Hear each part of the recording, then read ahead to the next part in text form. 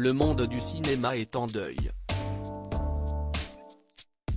Le 24 janvier dernier, Gunnel Lindblom s'est éteinte à l'âge de 89 ans, a annoncé le site officiel consacré à Ingmar Bergman.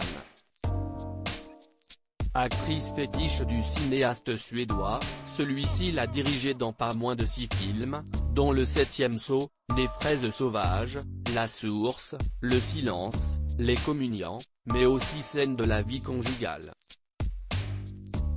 C'est d'ailleurs lui qui la repère en 1954 alors qu'il est directeur du théâtre de la ville de Göteborg, et l'engage au théâtre de la ville de Malmö la même année, alors qu'elle avait déjà débuté sa carrière 2 ans auparavant. Née à Göteborg en Suède en décembre 1931, Gunnel Lindblom a grandi dans une famille prolétarienne. C'est alors qu'elle est étudiante qu'elle postule à la Gothenburg City Theatre Acting School, où elle est acceptée en 1950. Après avoir enchaîné les films dans les années 1960 et 1970, l'actrice met un terme à sa carrière en 1973 pour se consacrer dès lors à la réalisation.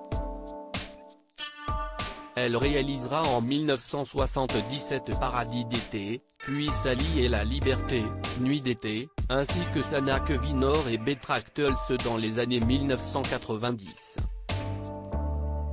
Sa dernière apparition au cinéma remonte à 2009, dans le film Millennium aux côtés de Noomi Rapace, adaptation du premier volet de la trilogie littéraire Millennium de Stieg Larsson.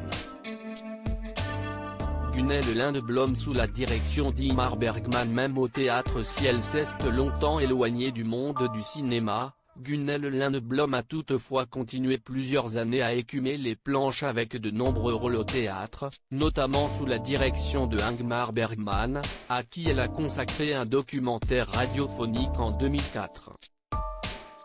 L'actrice était également mariée à Sture Erlander, maître de conférences, qui fut également le médecin du cinéaste suédois, disparu en 2007.